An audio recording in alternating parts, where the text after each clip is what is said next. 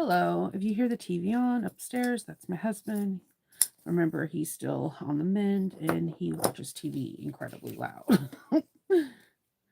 I am going to be making a Betty Bowler live so you get to see all my goof ups. And it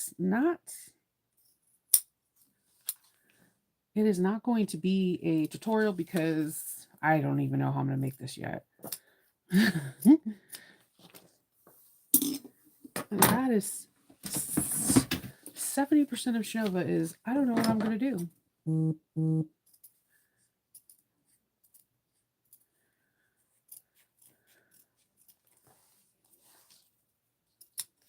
going to make some rolled handles. Hi. I really can't see all the comments because you guys are at a weird angle. I had people asking me how I make certain things, so I'm trying to get the angle right. I'm going to make, this is the unmaking of the Betty Bowler. I'm doing everything against the pattern. It's not the exact same pattern. I'm winging it. I wanted to do something fun for Novaween, and I'm hoping I am doing that. I'm first going to make these rolled handles because I'm going to stick them in the seam allowance.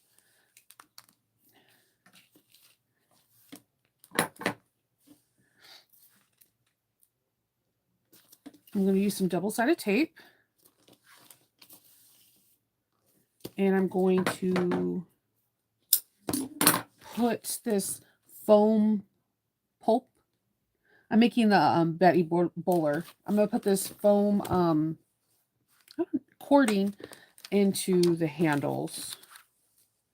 I'm going to stick the handles inside the seam allowance.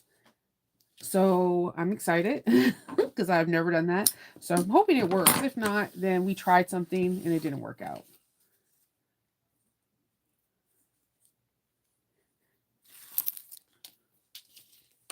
I love rolled handles too.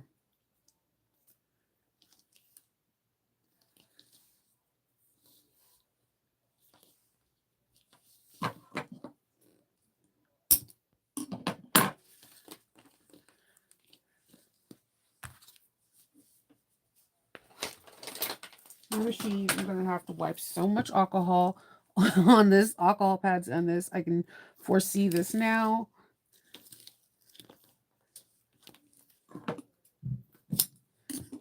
Because I only could find certain double-sided tape because my room is a hot mess. But I'm okay. My plan is to really clean it on Sunday. Like Sunday, just get back to my room being normal. It's been a whirlwind. And I'm just going to fold this onto itself. Yeah, there's no formula for my rolled handles. Just like anyone. No rhyme, no reason. Just how I feel like they should be. I get the foam cording from Lowe's. You'll be surprised how many things I get at Lowe's that are for sewing. All right.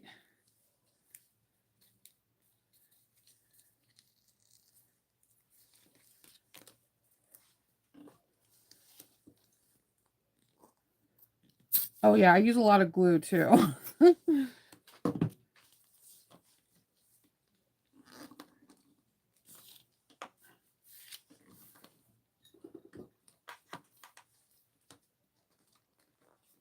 going to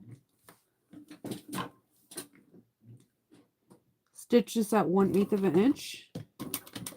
The handles are not what I'm really excited about making. I get a lot of requests on how I do applique, so we're gonna do a little bit of applique today.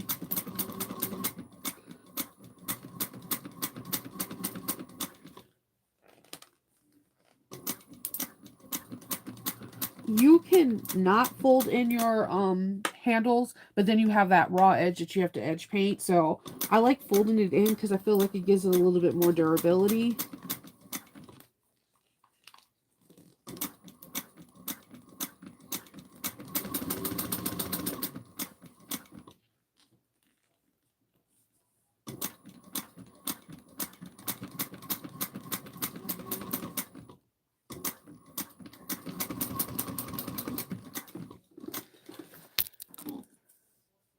All right.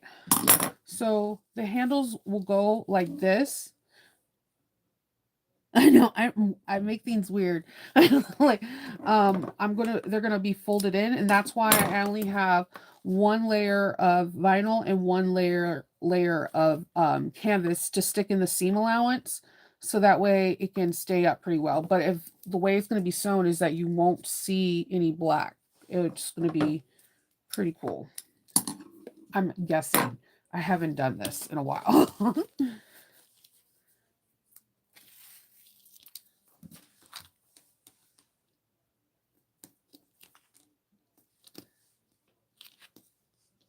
I wonder what my husband's watching. It sounds like a throwback, like something that was made in the 70s. I can't put my finger. The voices sound like familiar to me, but like it sounds like a throwback.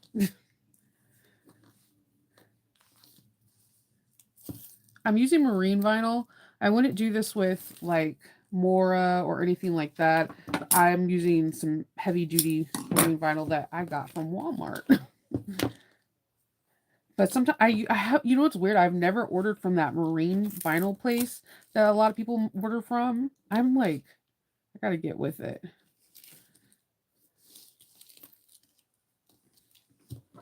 That piece is like, guess what? You're not gonna control me.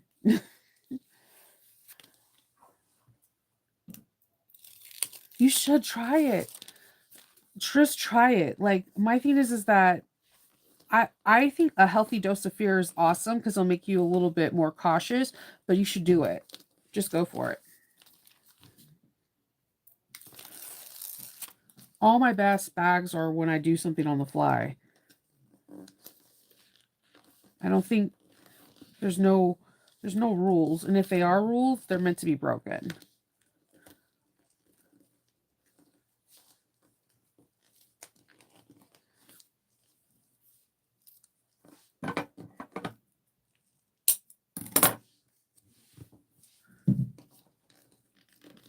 And fold it over.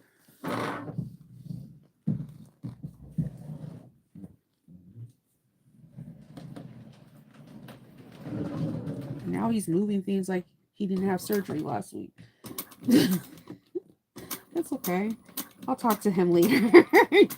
There's nothing that gets you feeling better than your wife nagging at you. Or you call your mother-in-law and say, this is what he's doing. Yeah, that's the one time I could tag team with my mother-in-law.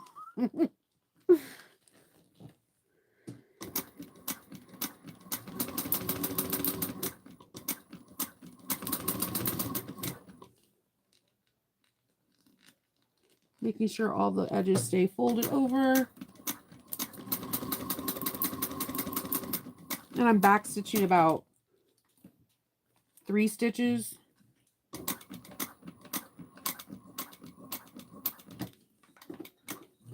All right, we're done temporarily with these handles.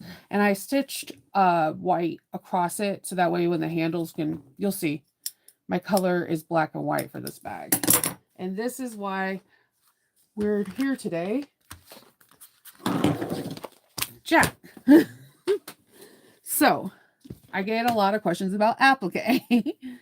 Okay, I get a lot of questions about applique. As you can see, I find my centers everywhere. Okay, so I horizontally, vertically, and this is before how I start things. That is the most simple thing. Find your centers. Therefore, you can put a target of where the middle is, and you can put the face. I have a bucket load of double-sided tape on here. So I'm going to start pilling it. I like to put a lot of it. You can use glue. Now, my problem is when I glue stuff, if it spreads onto what you're trying to applique this on top of, then you're going to get mad. And I'll get mad for you too. So double-sided tape works a little bit easier because you can reposition it, remove it easier than glue. But lots and lots of double-sided tape. That is key for applique for me, at least. Reverse applique is what we're going to be up to today. And as you can see, by every single tooth, there's double-sided tape. So we're gonna have some fun. I've been this has been a request since I did the mini Magdalena as Jack, and I'm like, I'm gonna do it, I'm gonna do it. So we're gonna be making a Betty Bowler, 80%. And I just cut out the face. I used the Tandy leather pen. White marine vinyl has a tendency of bleeding. So don't use any marker. Use like a Tandy leather pen or a pencil so it doesn't seep through. I don't know why white one does it like that. It just that's my experience no matter where I buy my marine vinyl. It's white, so, you know. And I'm going to remove every single piece. I hope I'm making it into the trash can. I put my trash cans right underneath and on the side. I have two because I'm notorious for accidentally just throwing things onto the floor.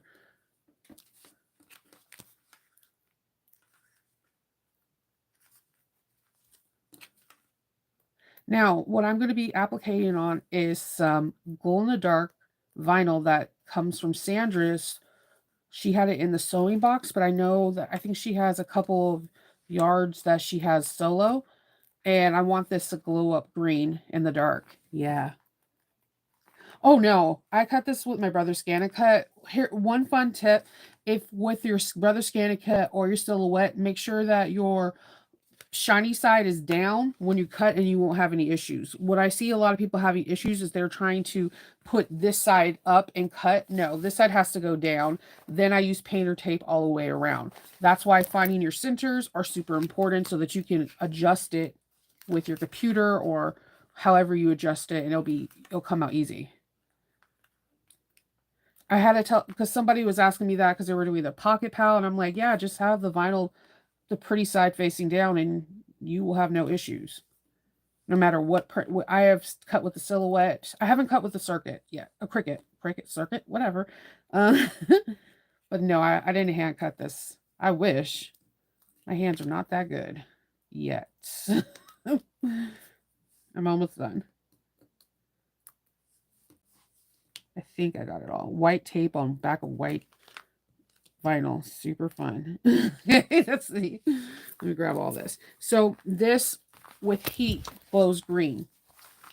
So I'm going to cover this.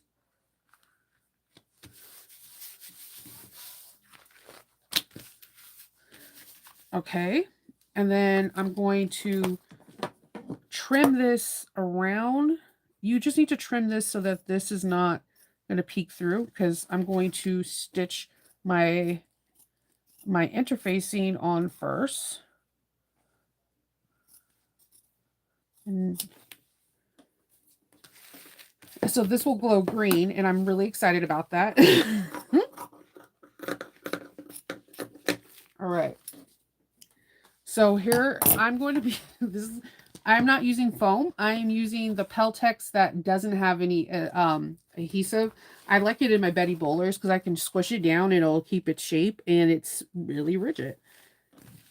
So I'm going to go around here and base this on 1/8 of an inch.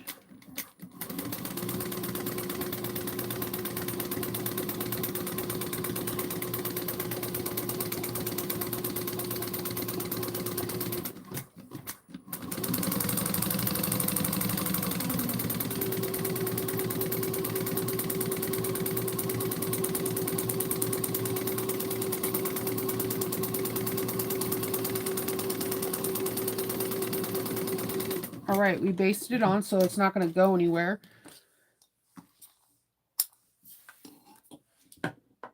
Yeah, the Peltex. It's easy. It has no glue on either side. I've been going back to the basics recently to see how I like things. Okay, so long tails. The most difficult part is going to be the teeth, but we got this. We're going to pull our threads to the back. You know, I normally don't like doing that, but for applique, there's no way. I'm going to go 1/8 of an inch away. I'm going to go needle down and take your time.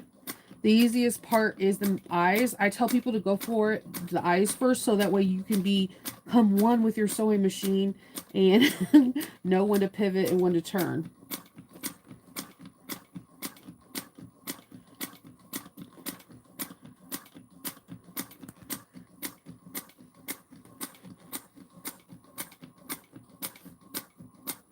Stay in, it's like dancing. Stay within the rhythm of it, and you got this. If this is your first time appliquing, do the same color. It makes your life a whole lot easier.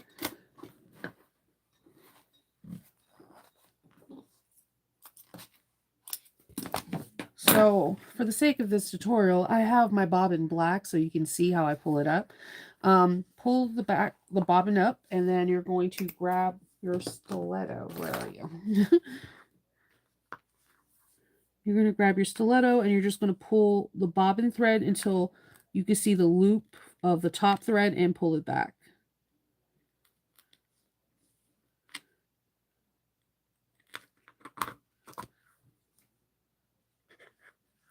Then you tie it off.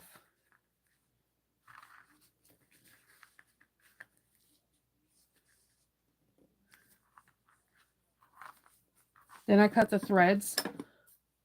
And then I get a piece of double-sided tape. I'm not going to remove the part. I'm just going to put it there so it can hold it. And we're going to repeat. Before I made bags, I've always made like quilts and garments. Garments are my first. My biggest thing is that you just have to give yourself time and to really know your machine.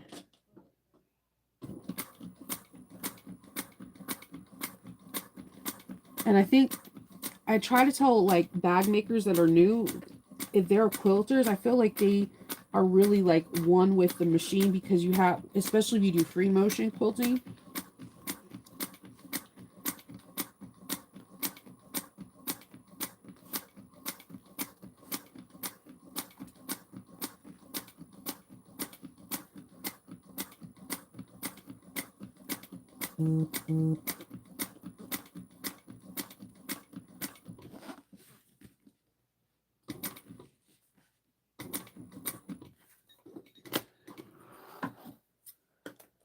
And then we're going to do the same thing. It's kind of, it becomes like second nature. It becomes easier each time I do it. But I had a request for someone who wants to buy my bag, a Jack bag. And I was like, oh, I can do a live. I get this request a lot. I feel like it'll be easier to teach in person than it is on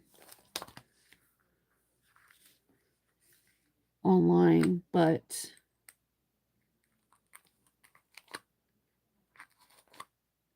I wonder what he's listening to. This one is being a little fidgety. Oh, that's why. Hello, Shinova. Come on.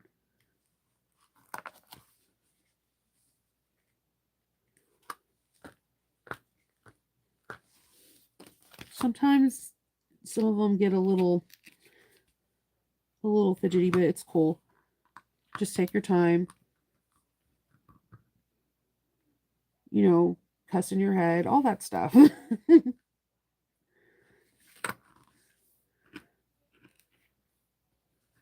there we go.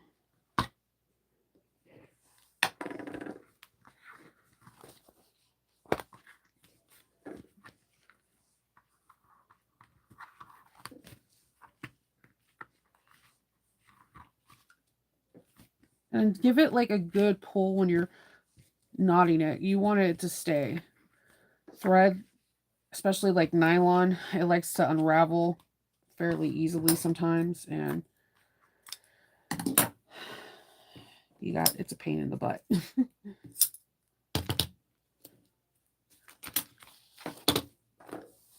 Hey.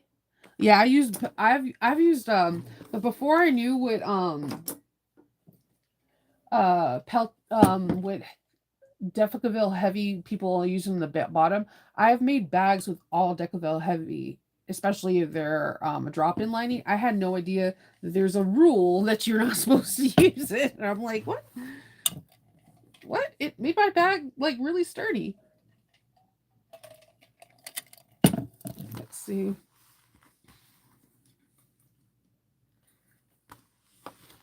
Let's do this nose.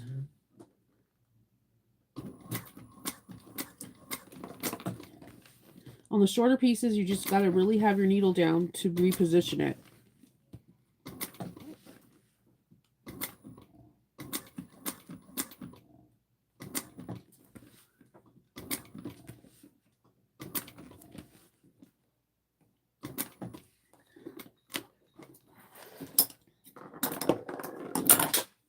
There is my stiletto.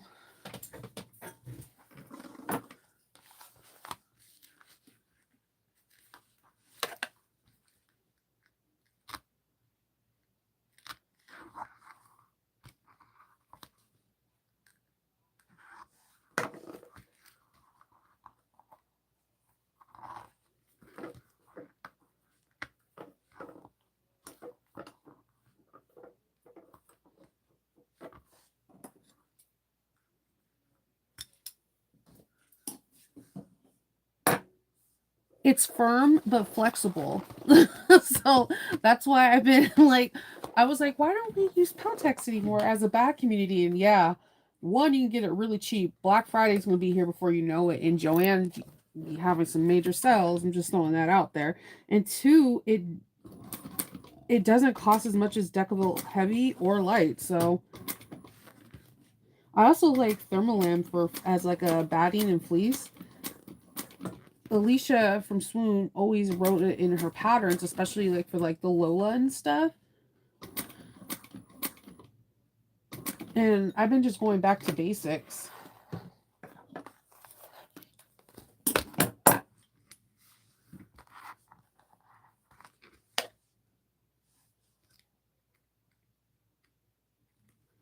Because with the Betty Bowler, I'm going to be doing this as a lining. Sorry, not lining. I'm going to bind it.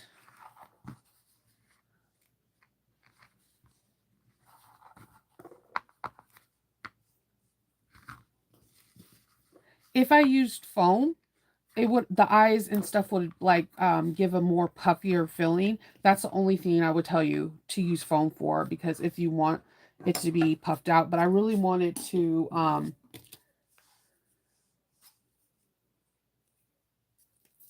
have it. Oops, it's gonna take my ruler. I really wanted it to have it really flat because Jack's face is a pumpkin. I just wanted it to be flat for the picture. Oh my god, that's a hard one because I think that both Decaville Heavy and Peltex are great and they're used could be used for many different things. I don't actually put them in the same category because Peltex is supposed to emulate leather and um sorry, uh Decaville's supposed to imitate leather, right? Um so to me, for me, I think they're not this in the same category. I'm like bobbin dumping right now. You know how you have like a million bobbins all full, and you're like, oh god, I need more bobbins. So I bobbin dump. So okay, I can't say it. Decaville is meant to be like leather. It feels like leather. It moves like leather. Peltex is not. It's supposed to be just a bag stiffener. So I don't think they're in the same. I actually don't think they're in the same category. I think it's cool that a lot of people love Decaville. I'm gonna have to wipe down my needle. Um, but I don't know. I love it. I just don't think it's worth all the money that we spend on it. I use it for some projects, but most of the time I'm using like I've been buying actual bag stiffener for leather or using Pellon unless I'm doing a video, because if I try to use the materials that if I'm doing a tutorial, I try to use the materials that the designer requires. So that way I can stay, like authentically bag thing. But like I'm showing you guys what I do on my day to day when I'm making bags for people, whatever. I use Peltex.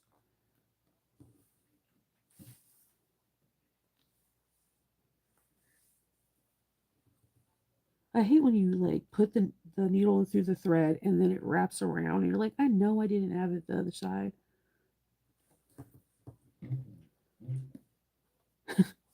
As you guys would tell from my video, if you watched my video today, I am like batting 1000 of getting back into threading my needle, not sewing for a week. It's been getting the best of me. All right, so for this, the way I usually do it is there's 2 rows, so I'm going to do the top, like I'm going to go up down up down up down just on the top, and then I could tie it off on both ends, or continue if I feel like I could flow through each one of the teeth. So here we go. We're going to start here, and again, long threads, 1/8 of an inch away. Take your time too. There's going to be a lot of, I'm going to get my tail out of the way.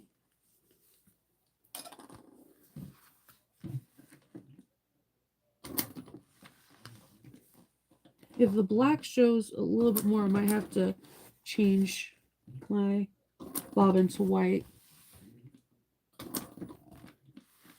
And this is the thing about Jack.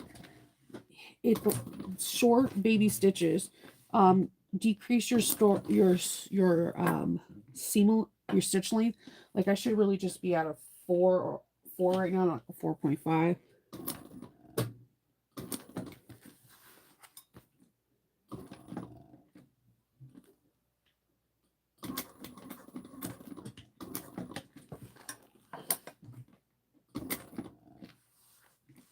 And it's okay if the stitches are not perfect. It's all about trying.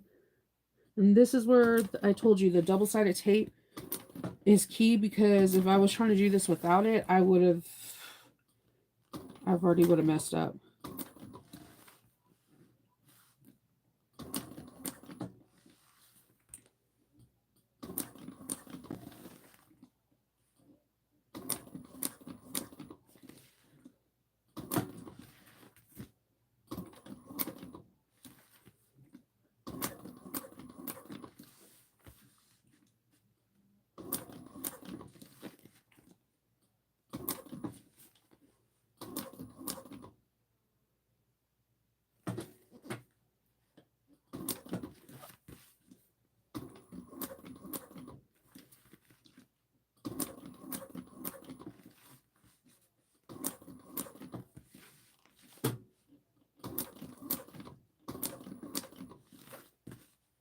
Would have been cool if I would have got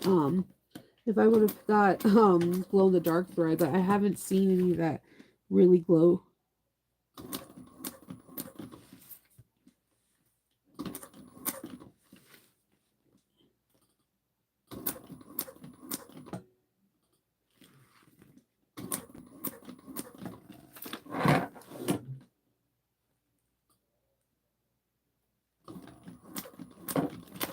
Oh no. Okay, I can fix this. I'm going to just pull the thread up and get it out of that area. It was 1 stitch. Okay, cool. I got it. I'm cool.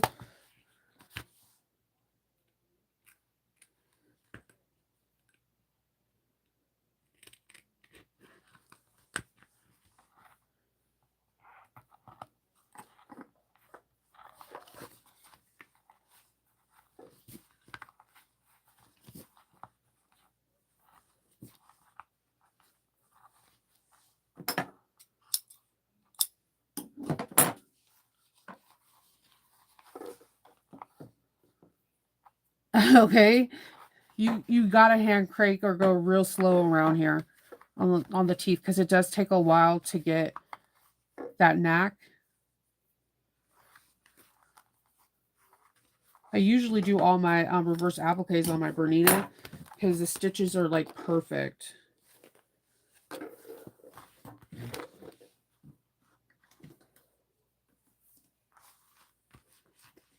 Then let me stick this in the hole that I left.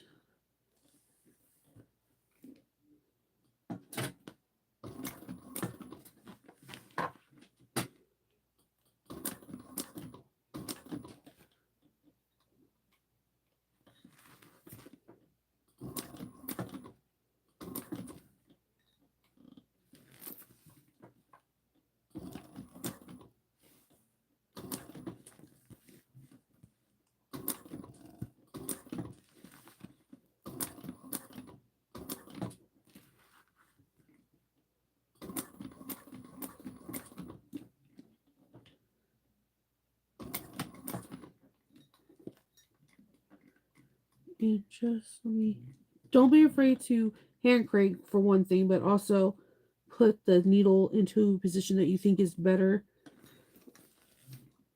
And make sure you go all the way down until it's about to go up.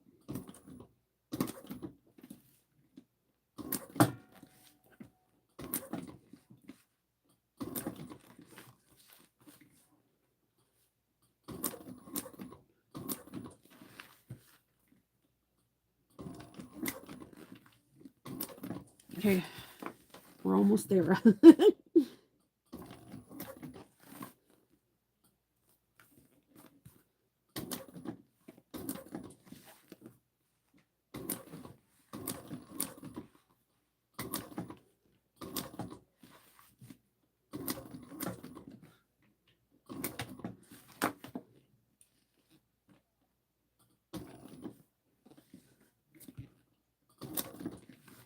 My knee lift is getting a workout today.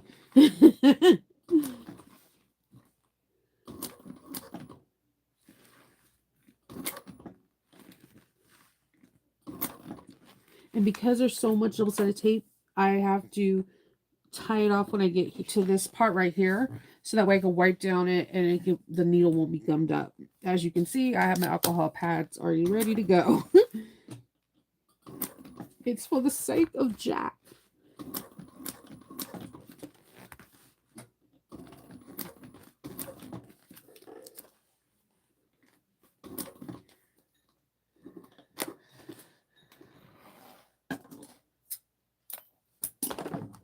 All right, that's a pretty good job putting it in the same hole.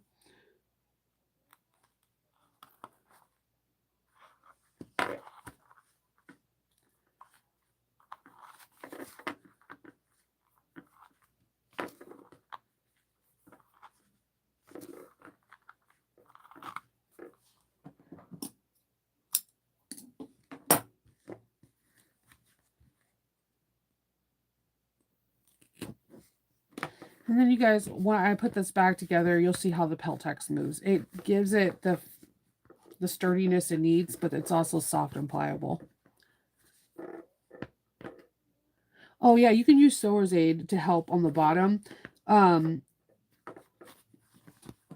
have that stuff for everywhere. It's funny, between that and Free Check, I have it every machine. Whatever.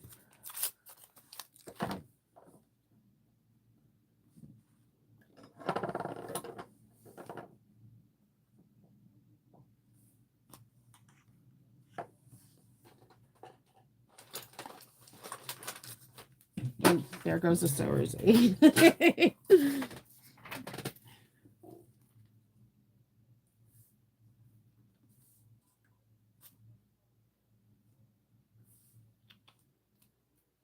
And as you can tell, it's well loved. I buy like one of these once a month.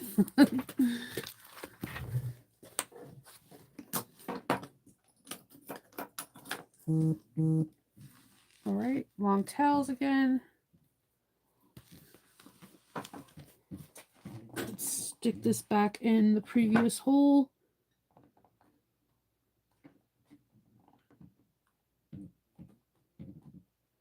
Magnifying glass would be super helpful right about now.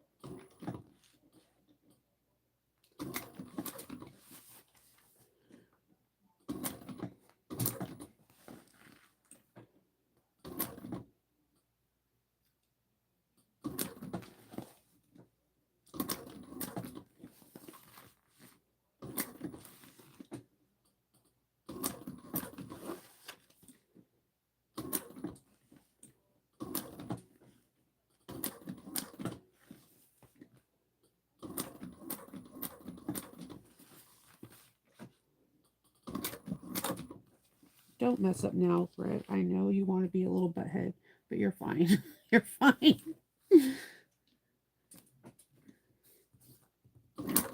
Oh, I'm going to pull the threads and restitch. It is not liking this all this double-sided tape, and I'm not mad at it. I understand.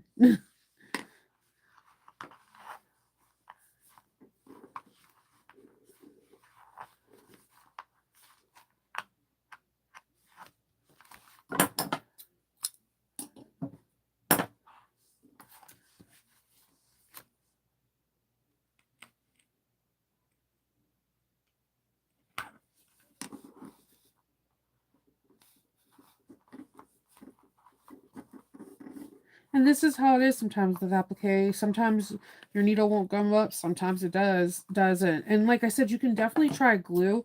It just never really worked for me. I don't know why.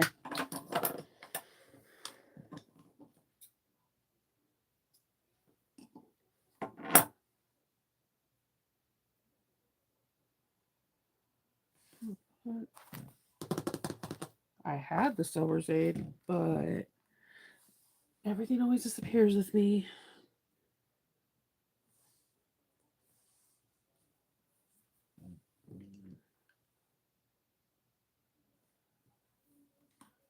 All right. We're at the home stretch.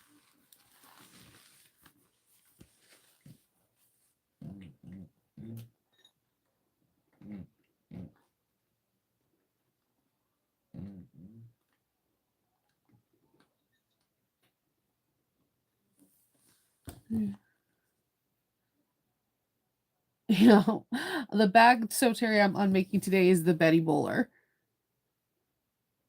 Oh, thank you, Nancy. That's really appreciative.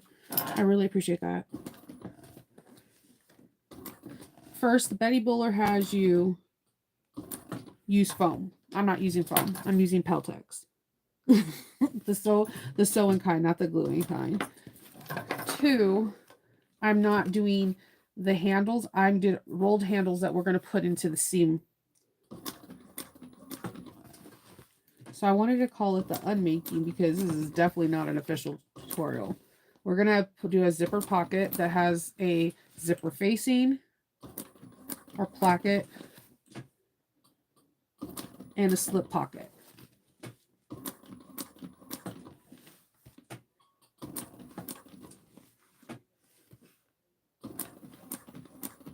Second, a fifth or third or whatever, I am not doing the hidden zipper.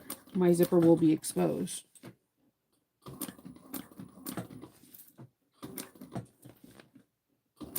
And it's at 80%. If this was the real Betty Bowler, it'll be taking up most of my table. 100% is massive. It's perfect for a weekender bag or like a commuter bag.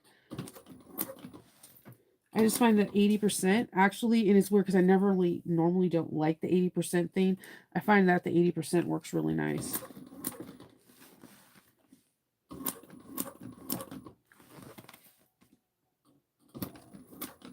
Don't act. The thread is not liking this one. So I'm going to not risk it, and I'm going to pull out long tails as long as I can take it. Let's see, it's like bunching up. It does not like this. It does not like way whack. It's fighting me today. Pull the threads to the back, tie it off, and it's fine. You're gonna have sometimes that you're gonna have a lot of threads, and as long as you get it done, it's all good.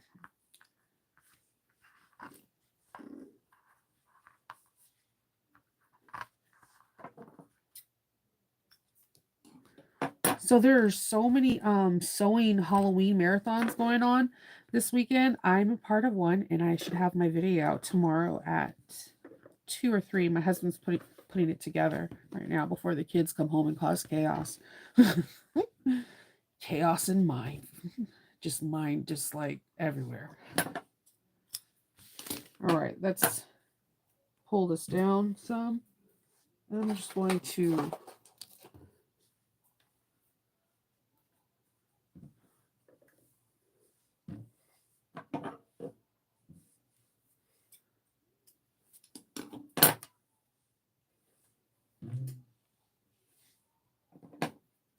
I needed to go. I got this other thread that's not Amon, and I am not 100% on it, but I will not be wasteful, so I will finish the spool off and go back to Amon thread for white.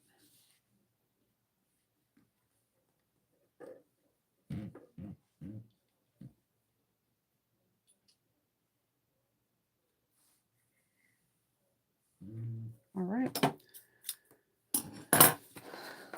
Let's get finished.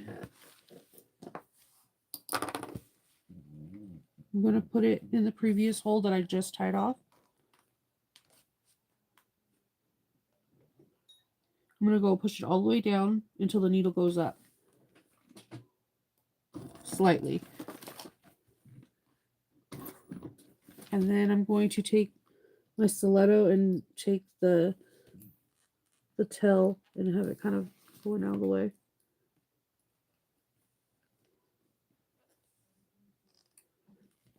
So that I don't get it tangled.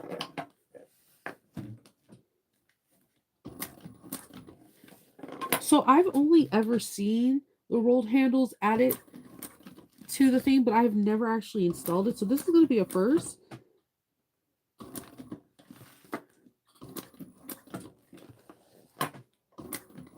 Hopefully it comes out pretty cool.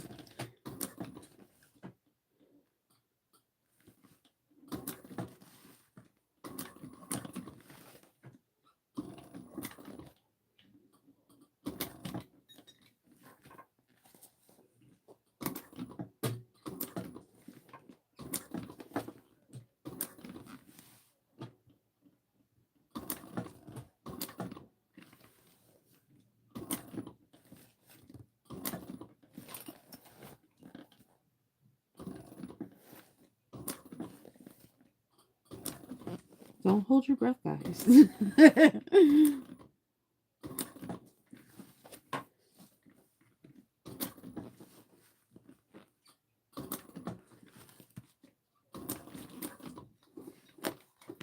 All right.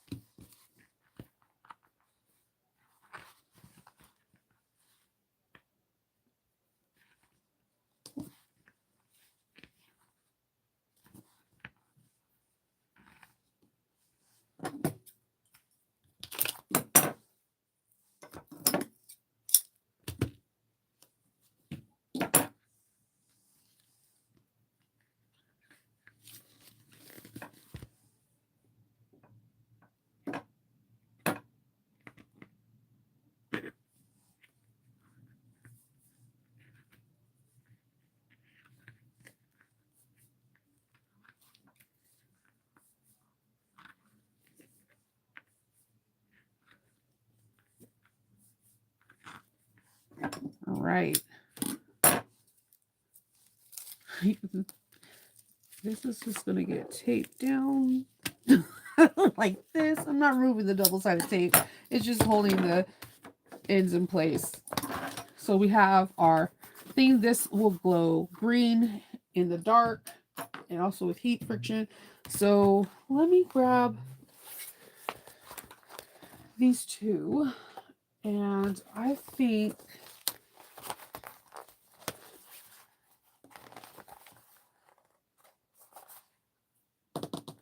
here's my clips.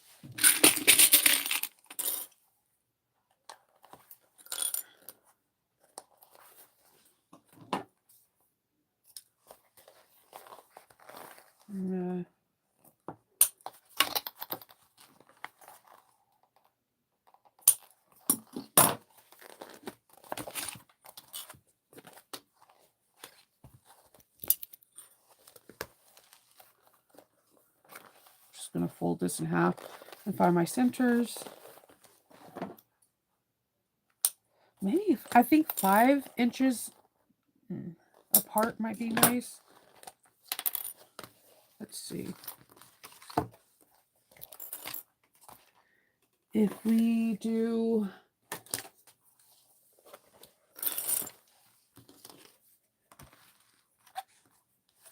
2.5 inches away from the center. I don't know. That might not be enough. It might need to be 6. I'm just using a Tandy leather pin.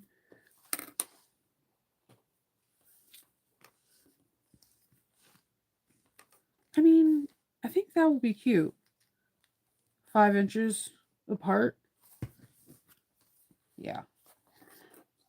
The home stretch, yeah. It was the home stretch. Let's see. Let's get this jack-o'-lantern started.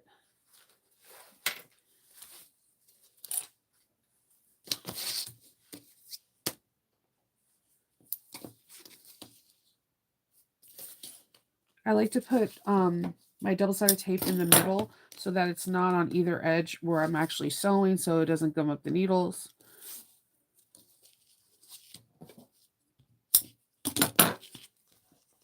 I like to take the pattern piece and cut out the zipper pocket for the outside and put it for the exterior in the interior. And I just draw the box so that way I can match it without having to actually think about what I have to do.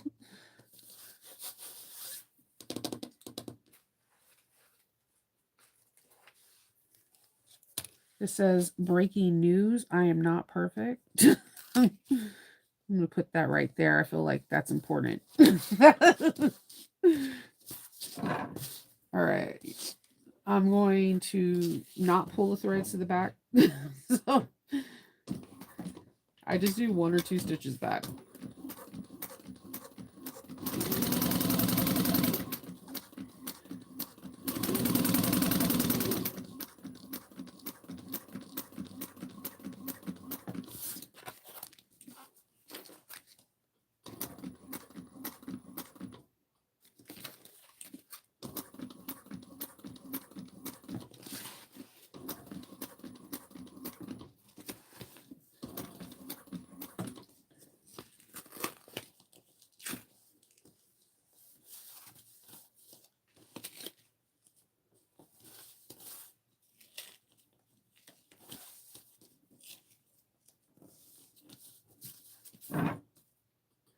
I'm going to back stitch over this tag because people accidentally pull on these.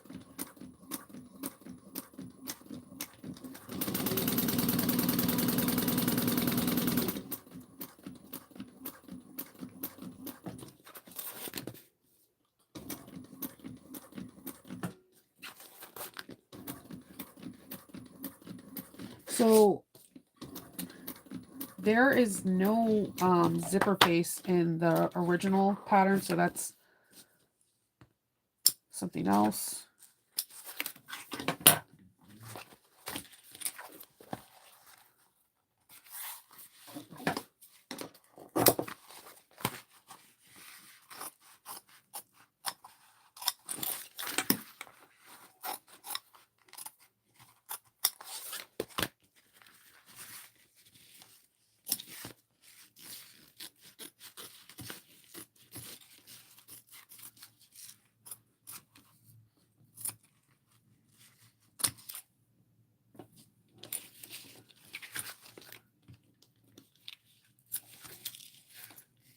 I think Betty is my favorite swoon pattern. It's right up there with Lola.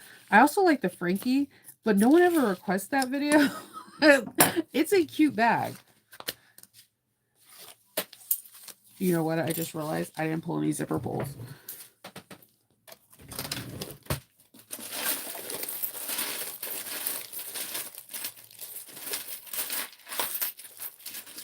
Well, we have to do a Disney one.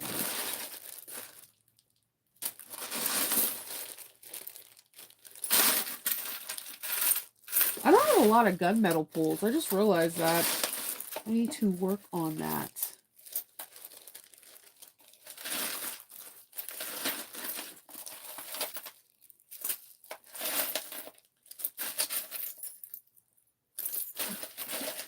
That won't work.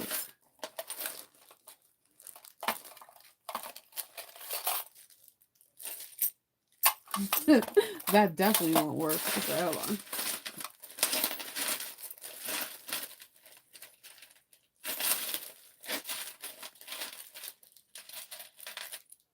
Okay, that might work. All right.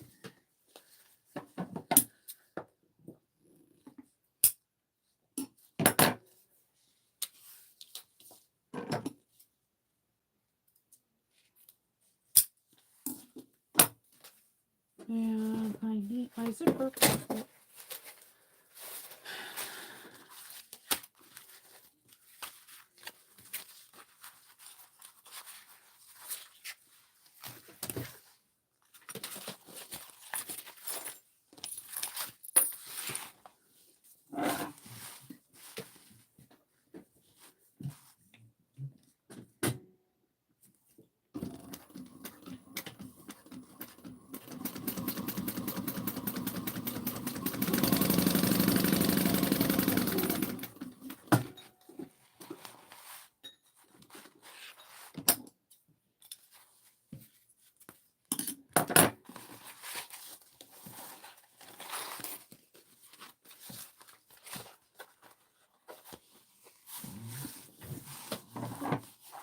I'm going to fold this one side down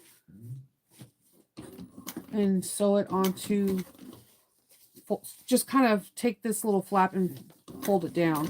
If you have an iron, you could just press it, but I don't have an iron ready, so it just helps keep it flat when you're putting the other side and you're not trying to fight that curving up.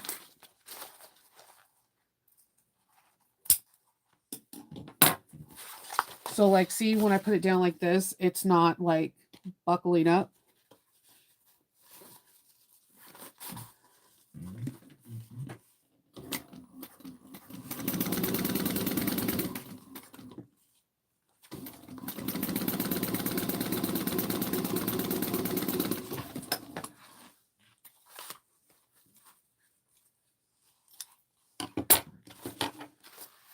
No, I just had a zipper pull. I had like two. Hey, okay.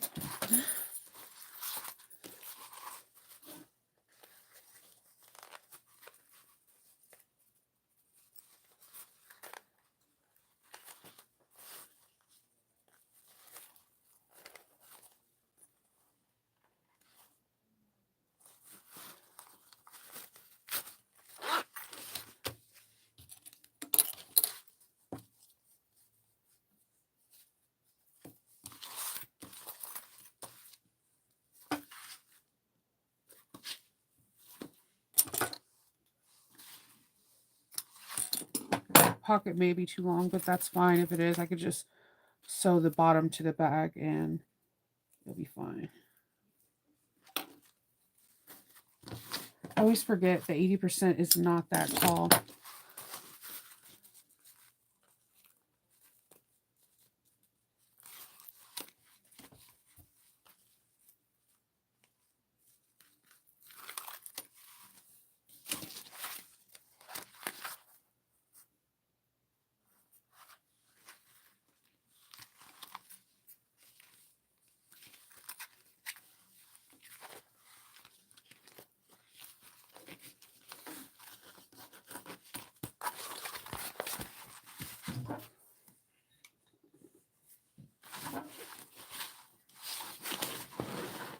All right. I'm back stitching.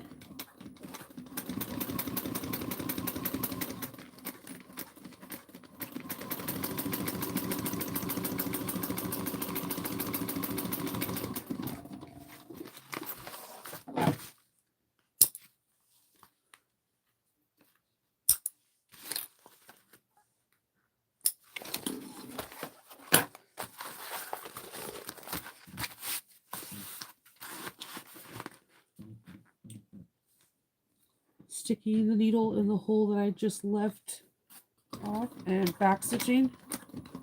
And then I do a back stitch over the teeth. If the person's going to be as hard as bags as I am, they need every back stitch they can get.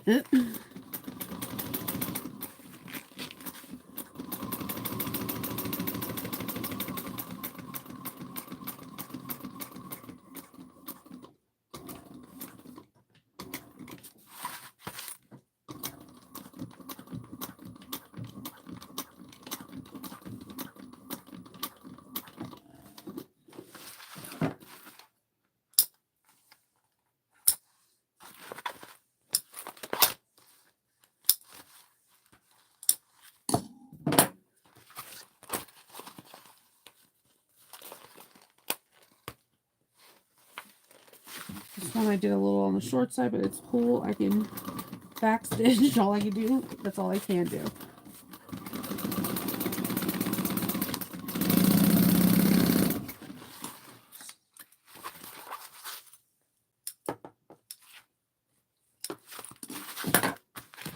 This side has more.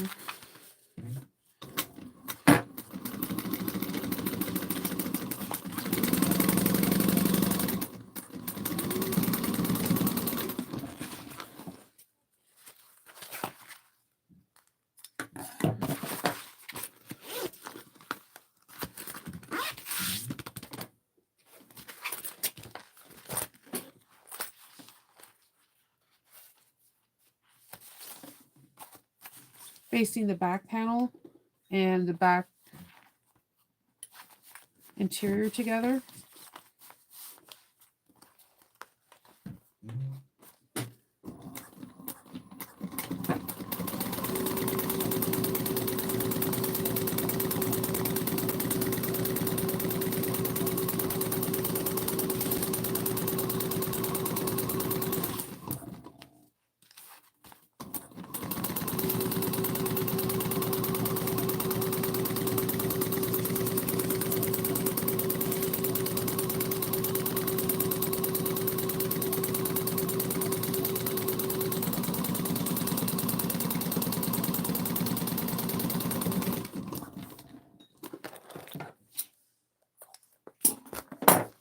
All right, I said 5 inches.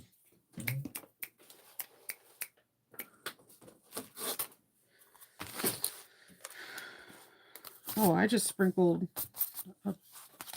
chalk everywhere.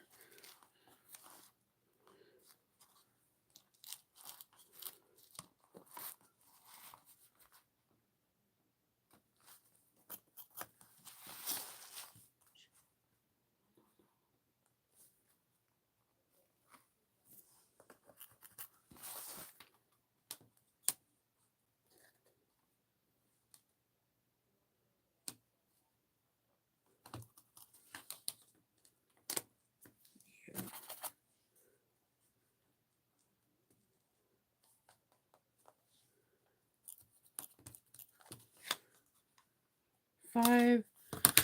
All right, I'm gonna take one of the handles, trim the thread that I apparently didn't want to trim, and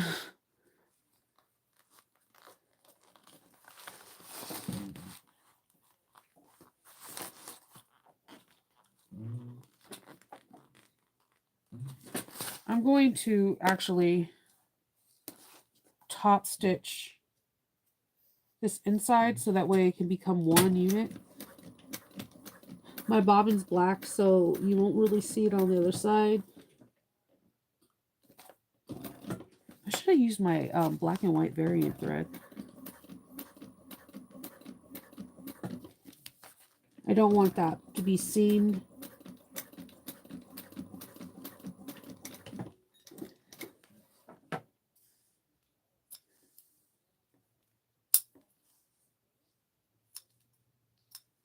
I thought the glue was going to do it, but maybe I didn't use enough glue. And that is so weird to say.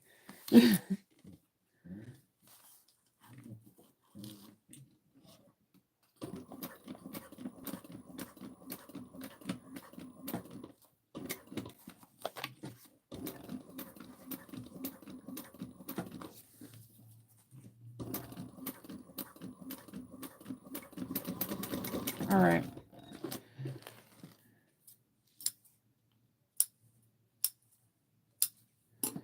All right.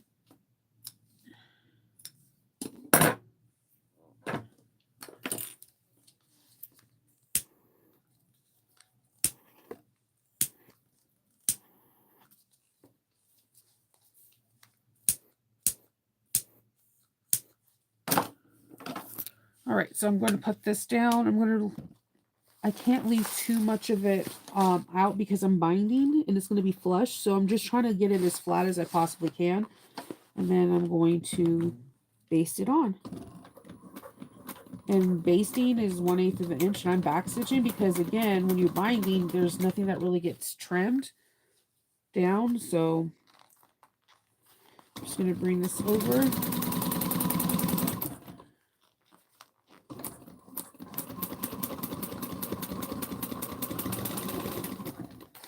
All right. Wish me luck on these handles, because, man, this is my first time with doing these kind. I seen it in this leather making video, and I was like, I'm going to try that with vinyl. It'll be cute if it works out. Yeah. See, Jack, yeah, it's the home stretch. It's the home stretch.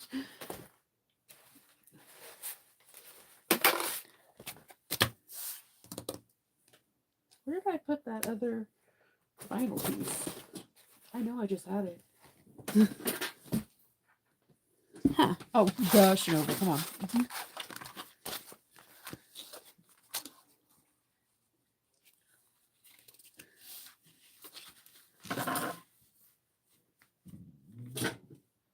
I'm going to sew this line at 3/8 of an inch.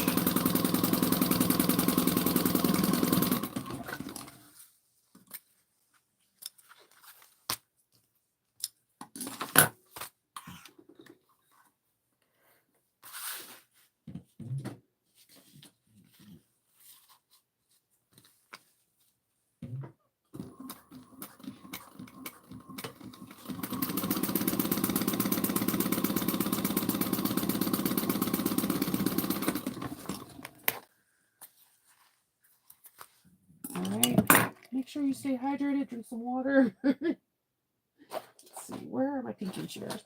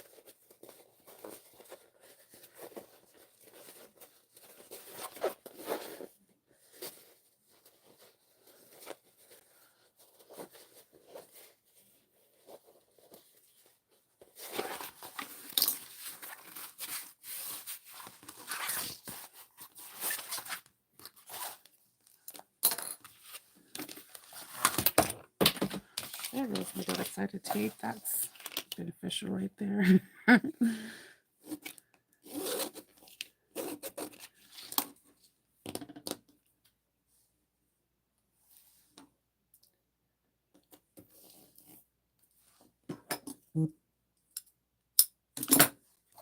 I'm just dropping everything today. That's how I roll. Clumsiness was a superpower, I totally would win.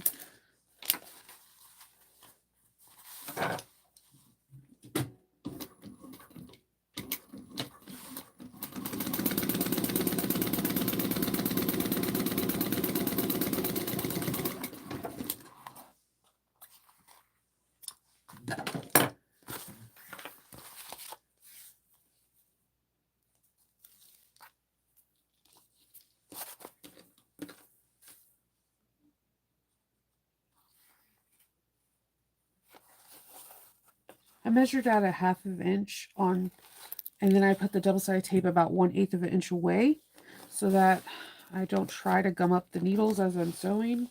Operative word, try.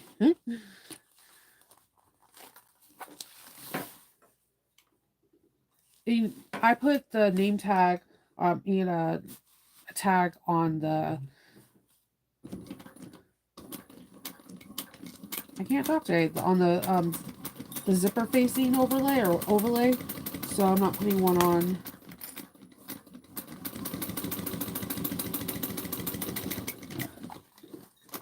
on the slip pocket.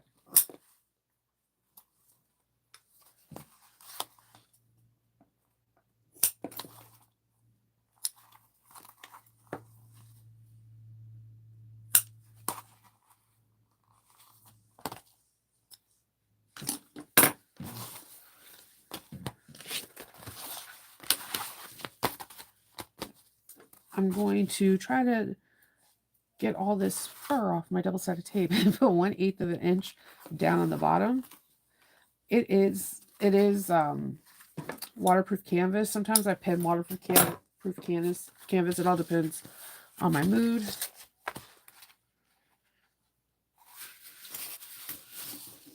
I have fur on my finger and I don't know where the brown fur came from. So, that's interesting.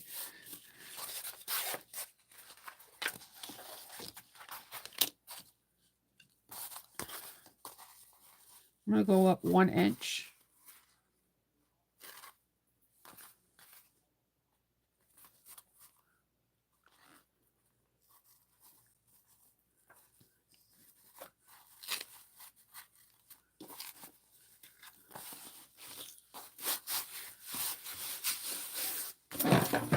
All right, I'm going to go down, back stitch, 1 stitch off, back on.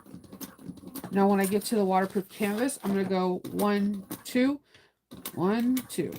So I have a secondary stitch there, so they can pull on this and tug, and it'll last.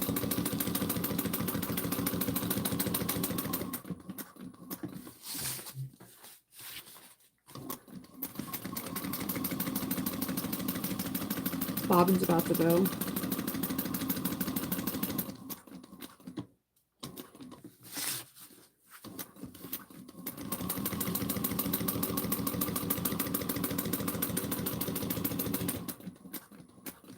So I'm gonna go again, 1, 2, and go back 1, 2.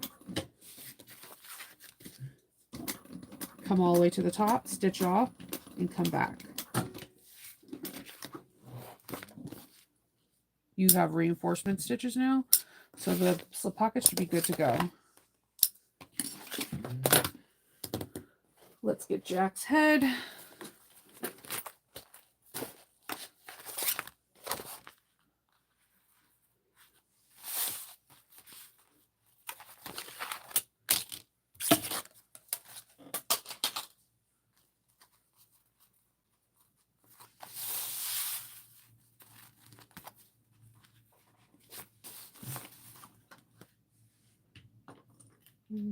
Put my stitched length back at 4.5.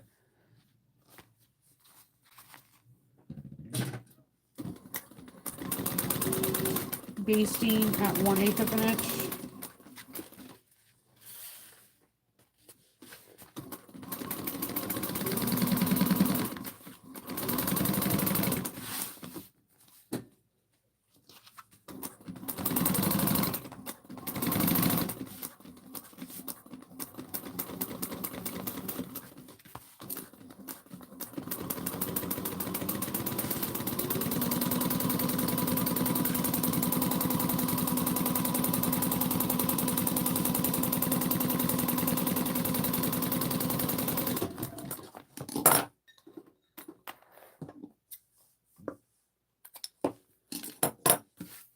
Okay.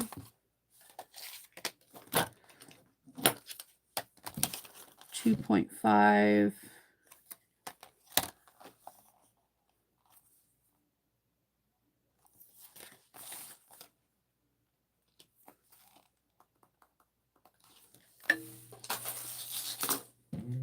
Other roll handle. Yeah, that one came out so much better than the first one. Get this as flat as possible.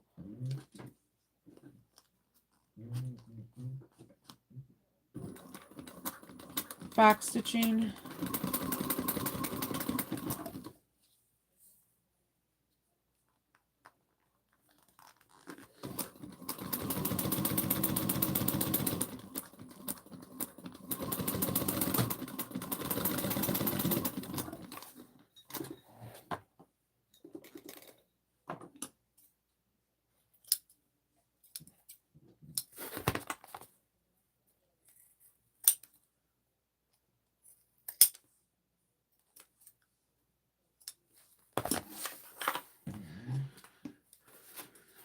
Trim it so the the handles are flush because we're binding.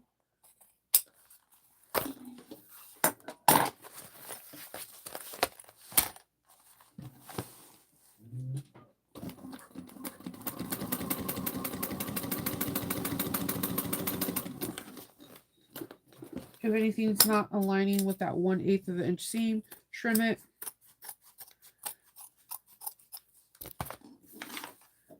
All right, so let's do the gusset. Yeah, it's a big bag.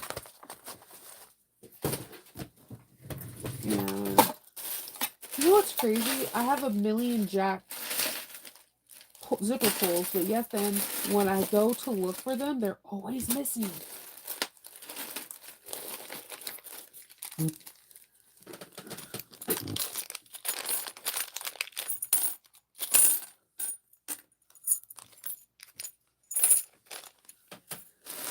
And then right when I'm done with the bag, they'll mysteriously pop out of nowhere. You're like, awesome. That's super.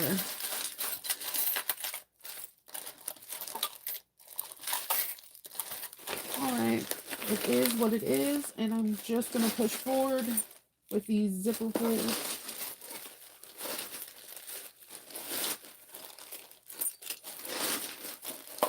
I'm just checking one more little.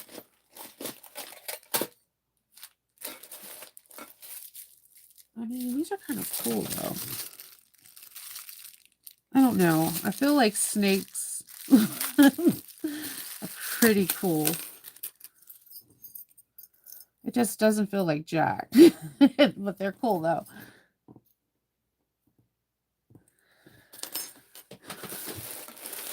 I think that was part of my Beetlejuice fantasy.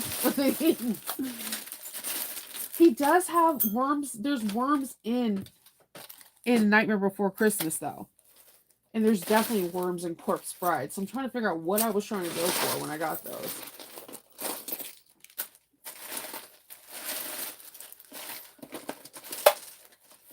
It's so cute because my husband, he was watching me cut out the thing, and he was like, "Oh, did you read about Tim Burton how Frankenweenie, Corpse Bride, and Nightmare Before Christmas is all the same dog?" I was like, "Yeah," and he was like, "You knew about that?" I was like, "Yeah." It was super cute though. All right, I'm just gonna do. I don't know, worms or plain black. What do you think? These are our two options. I don't know which one. I kind of I'm feeling the worms a little bit.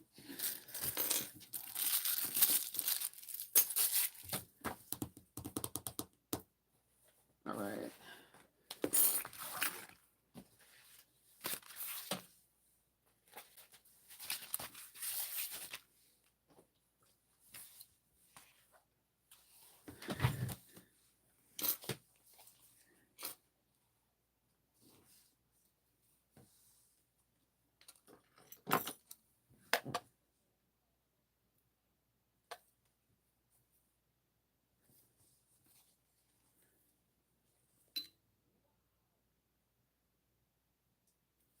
I don't know what he's watching. I'm trying to. It sounds familiar. I just don't know what it is.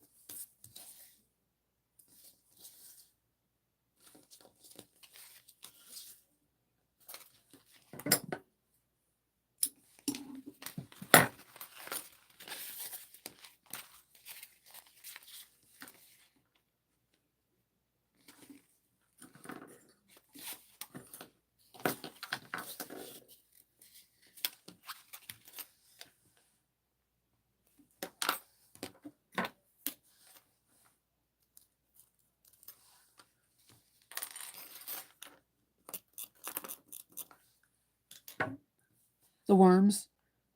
I know my selection is not the best. I know I have Jack's head though. That's the part that's killing me. And then the moment I get up, I'm going to find it when the bag is done.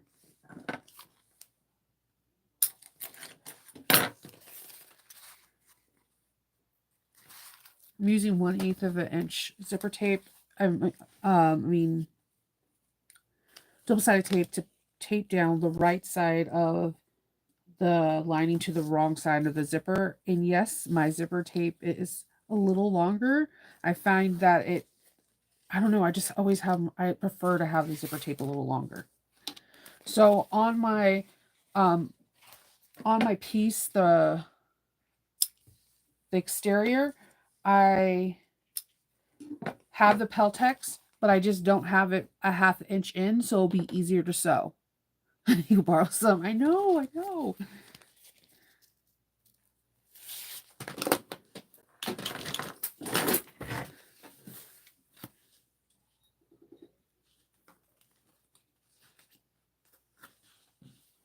I'm gonna change out my bobbin before I get mad and say, "Oh my god, I ran out of bobbin!" And what the heck? So close too. So close.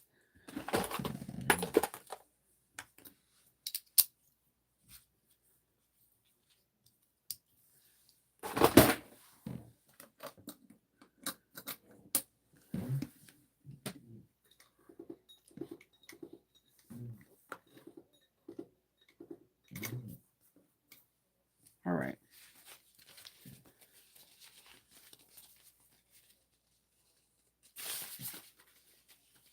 One-fourth of an inch I'm gonna go. I normally do 3/8, but I'm gonna stick to the 1/4 of an inch for swoon.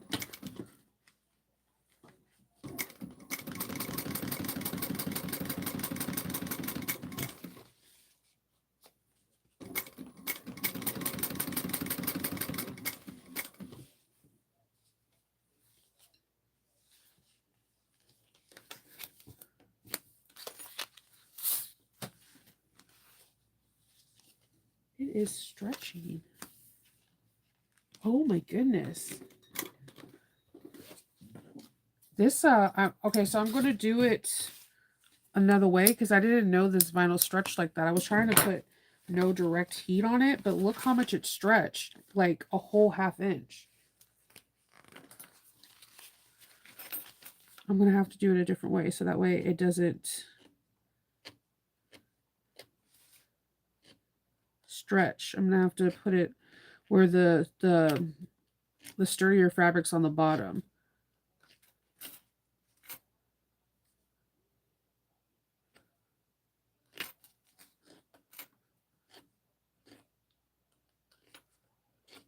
I was not prepared for that. I should have stabilized it. I just didn't know how putting heat onto fabric that glows reacts.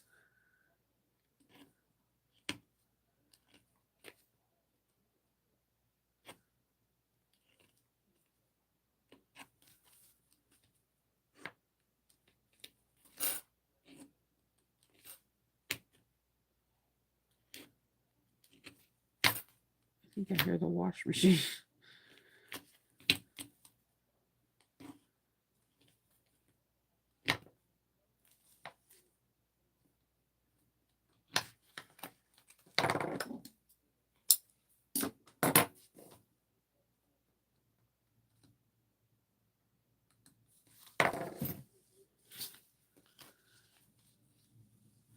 All right, so let's see if this works. 1/4 of an inch. Yeah, definitely a learning experience on that.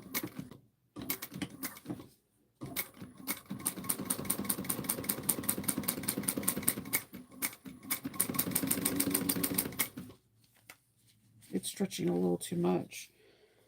Okay, let's see.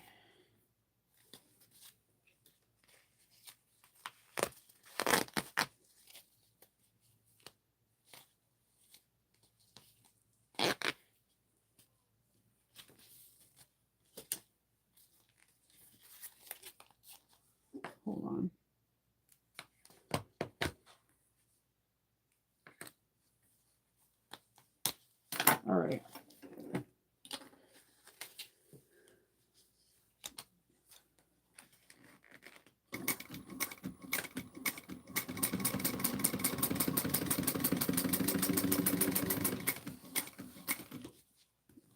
If all else fails,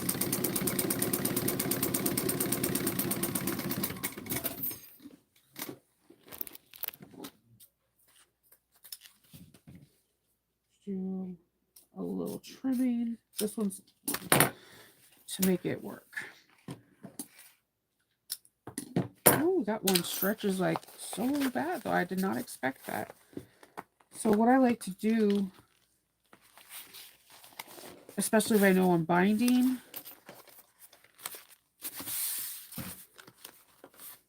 is I like to clip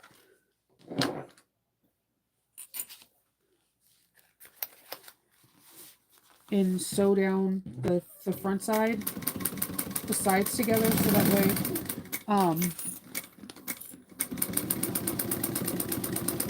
when I top stitch, the lining won't pull in. See how the green's coming through? That's the heat from the machine, the sewing machine.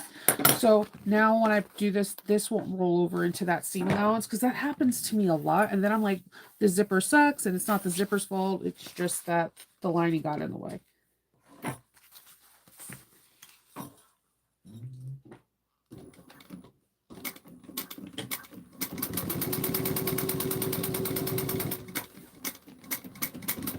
The green is what's going to glow in the dark.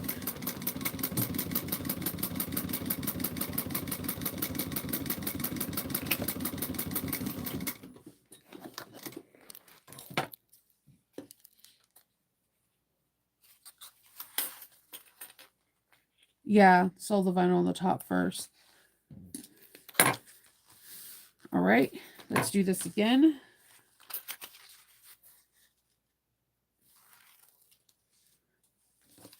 Matching centers.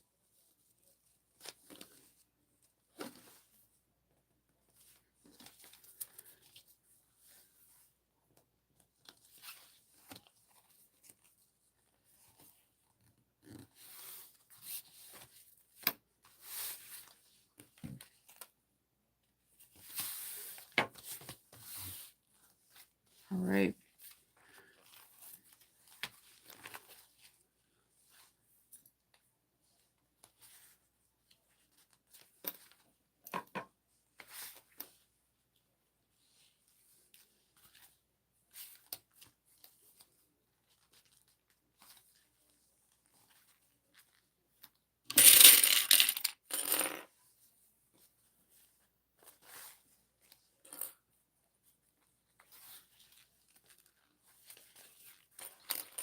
Oh, will help if I actually put the vinyl in there.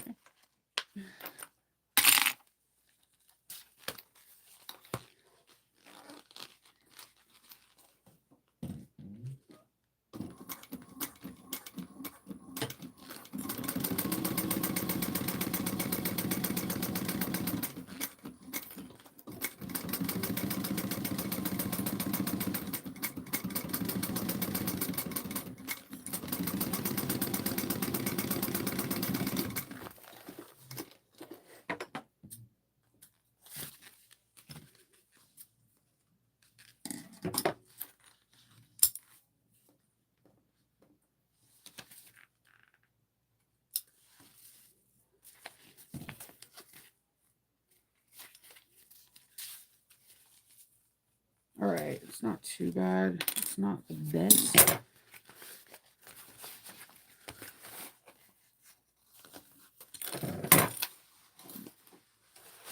Sew the lining to the exterior.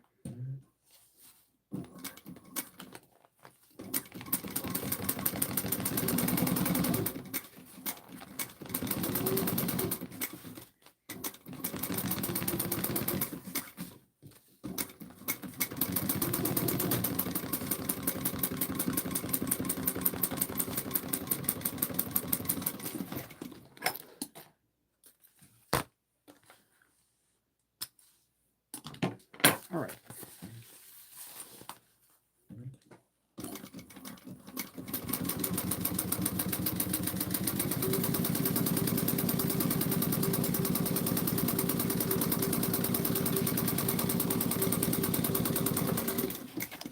I love when the green pops out from the heat. This is going to be such a cool bag in the dark. All right, so we said the worm. Put this on the side. We're about to get a lot of clips.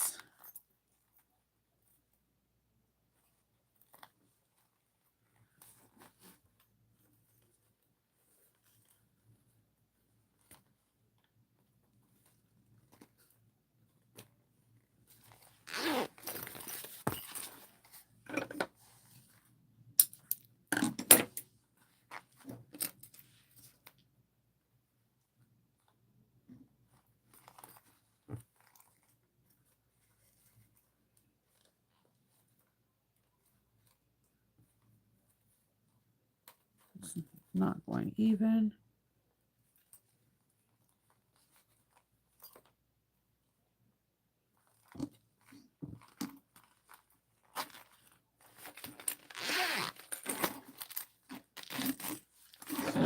All right.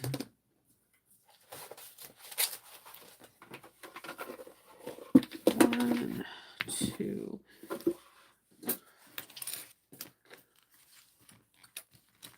I'm going to go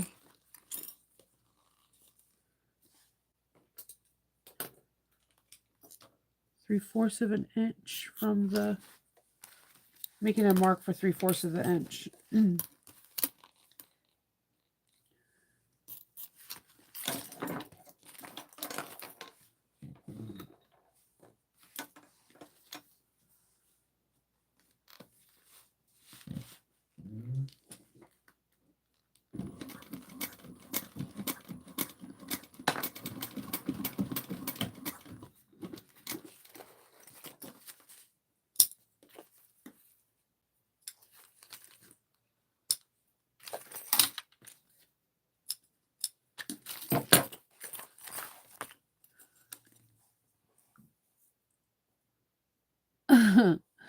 Thank you. I appreciate that. This is going to drive me batty, though. It's off by a lot. I'm going to trim it down some. Because I can fix 3/8 of an inch. I can't fix a 1/2 inch.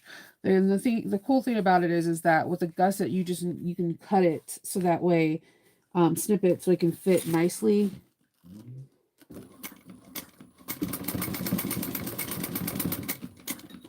All right, let's get this party started. We're in the home stretch now, guys.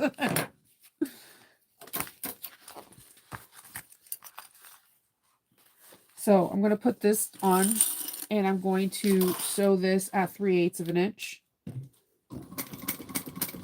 And I will backstitch before and after.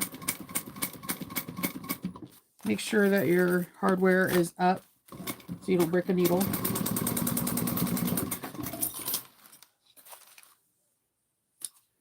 Grab our lining,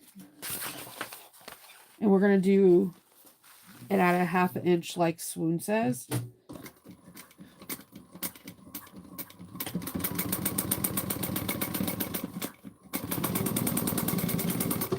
Okay. I'm going to clip into the seam allowance on the sides where it's bulky. So when I do binding, it can help alleviate bulk. Make sure that there's nothing poking through, like you don't see the zipper tape coming out, nothing like that. See how it's bright green? That is so cool.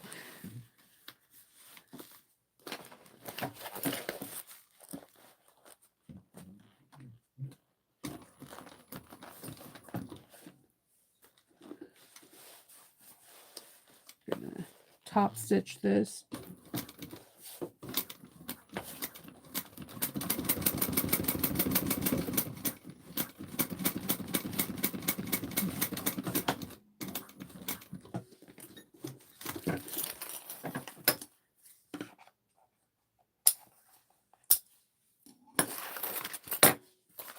We're going to do it again.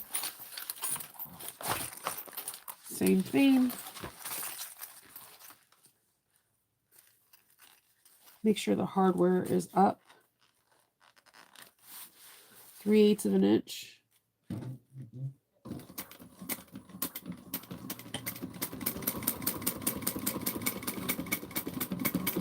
Just back stitch over that zipper.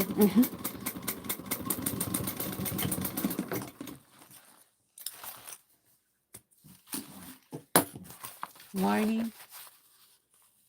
Sandwich it in. Had a 1/2 inch.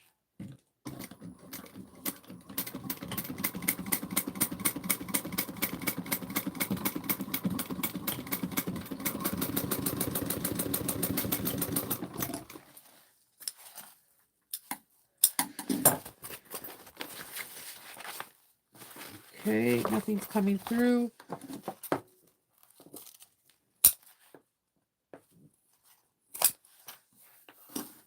This was the area that had a little bit of shortness. I'm just going to do another row of stitching right next to the previous one. Just that for that security.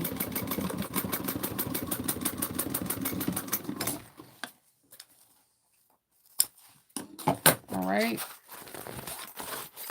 Everything looks good.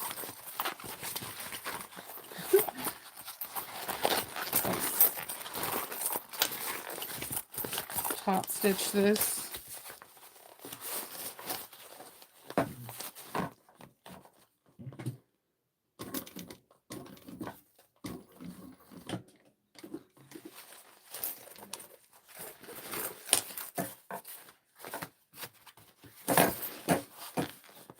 And my scissors would be nice.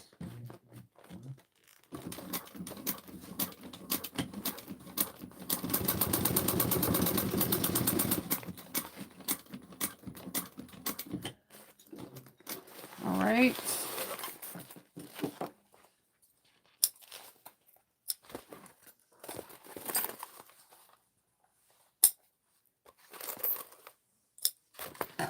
Okay, now we're going to baste the lining and the exterior together.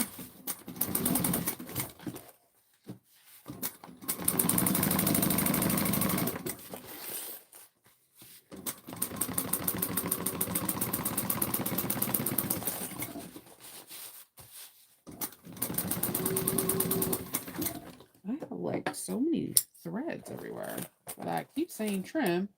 Yet then they keep appearing.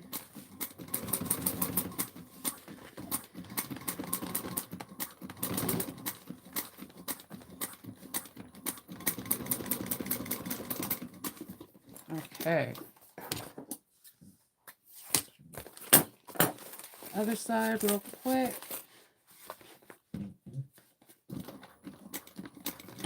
I think the Betty Bowler can be converted into almost any style bag, and it's one of my favorite patterns.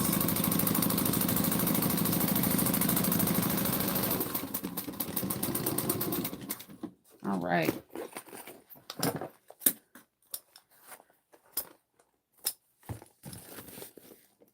All right. So we're going to put side seam to side seam. Put a couple clips so I can hold it in place while we start working.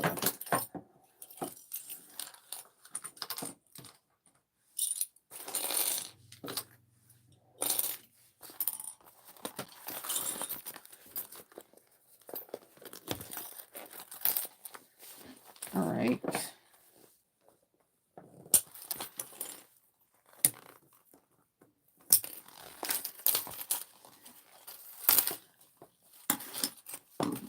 Move the zipper pulls out of the way so you can get the true.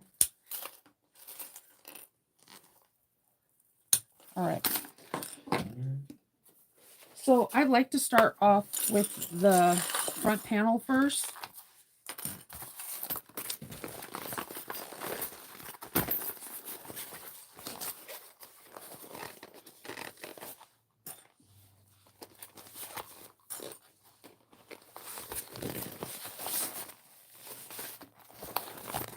I like to match notch for notch.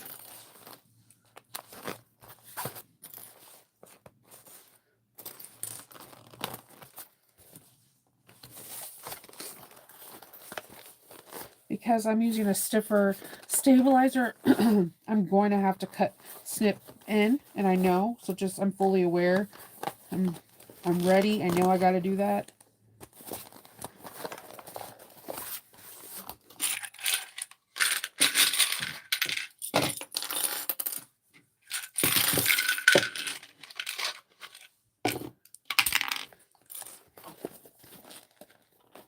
Now you can staple this, but you will need to remove your staple if you're binding, or you stab yourself like I did. So it wasn't great. It didn't feel awesome.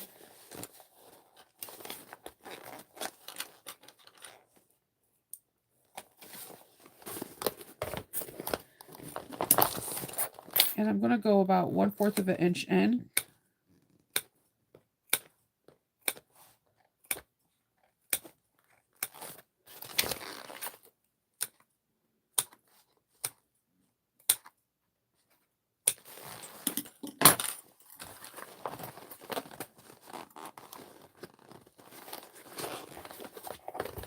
If I have to do more, I will, but I think I should be able to get this in.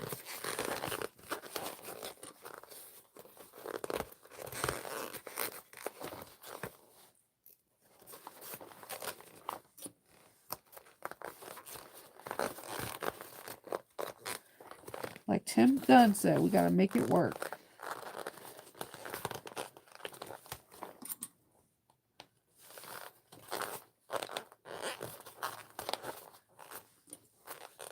All right, let's do it on the other side.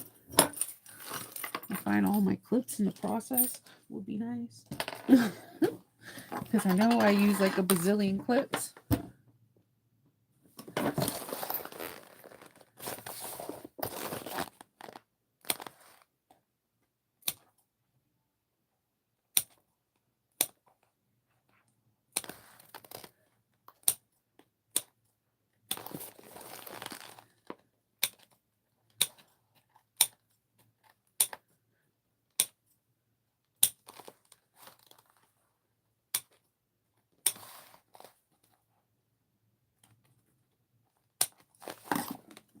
Okay.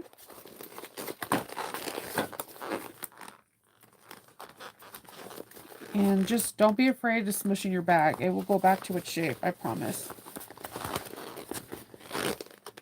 Let's smush this bad boy.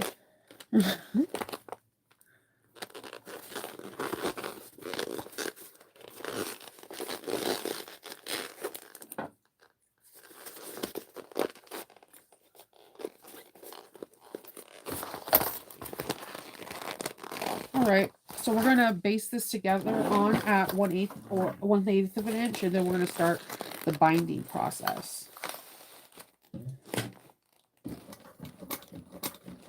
I just backstitch from the measure because everything's going to stay in there, and I'm going to use my my stiletto to help navigate so I don't sew my finger again. Oh my god, I've done it like so many times.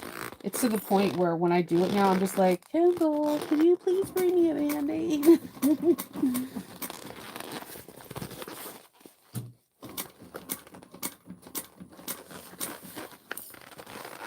And he's looking at me like,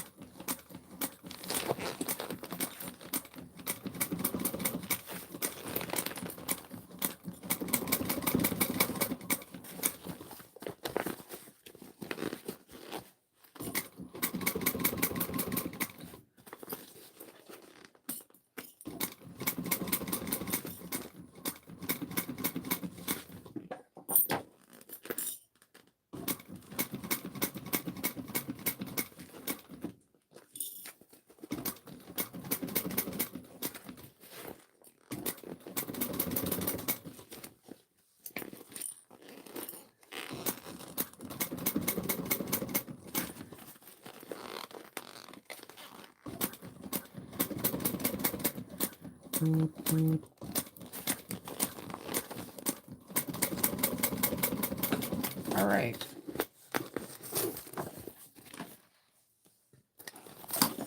So this is when you get tested out.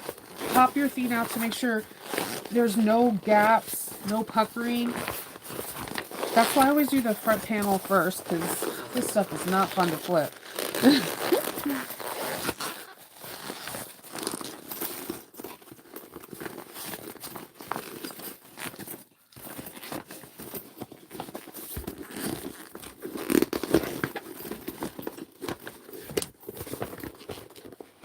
Come on, Jack. All right. So far, so good. So that's gonna be a cute bag, right? No.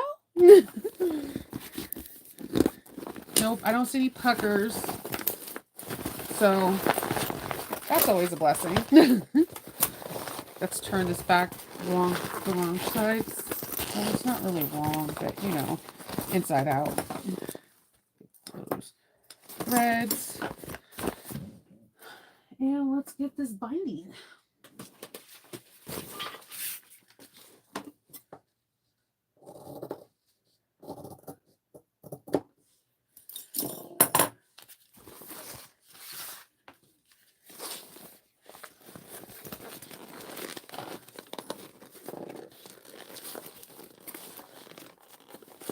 I am not going to bind with a 1/2 inch seam allowance. I'm going to do it with a 3/8.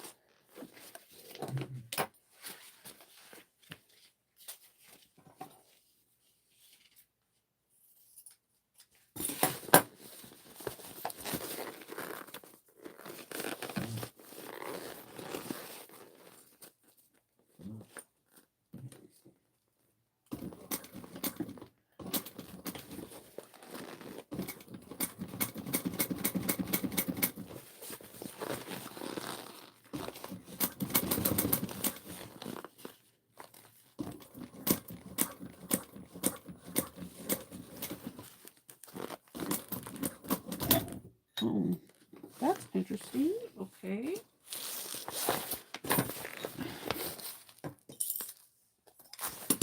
I think I'm going to change out my needle for a bigger needle because I have a 1/16 in. And I think it's not liking the thread. Or I'm not too sure. Probably.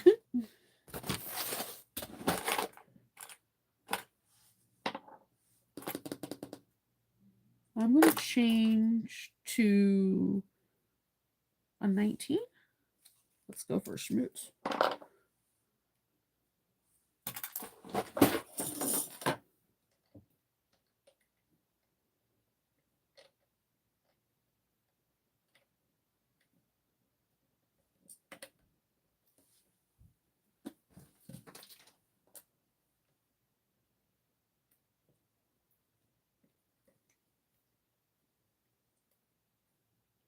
Let's get this in.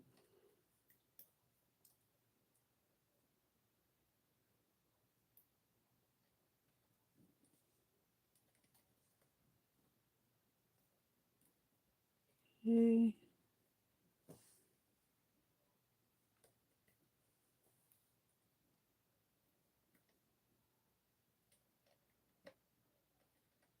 Tighten it up. And hopefully this will solve an issue with the thread.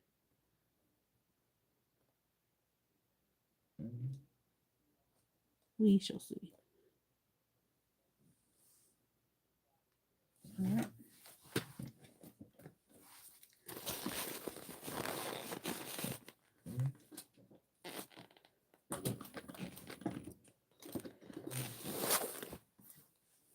Maybe not. Huh.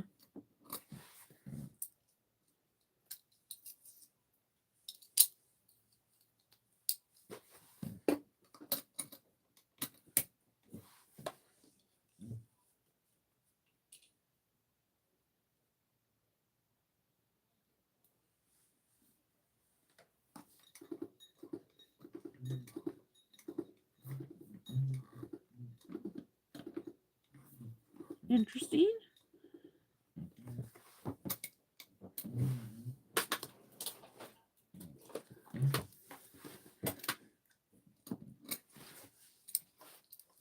This might be a part 2 because it wants to act a little crazy.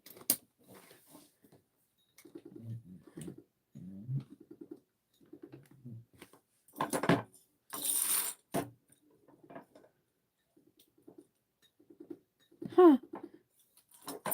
My machine is not acting nice right now.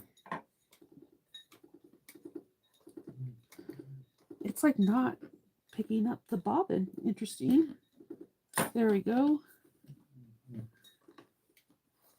Let's see if it acts okay. Hopefully so. If not, I'm just going to have to clean it out. It's probably like full of...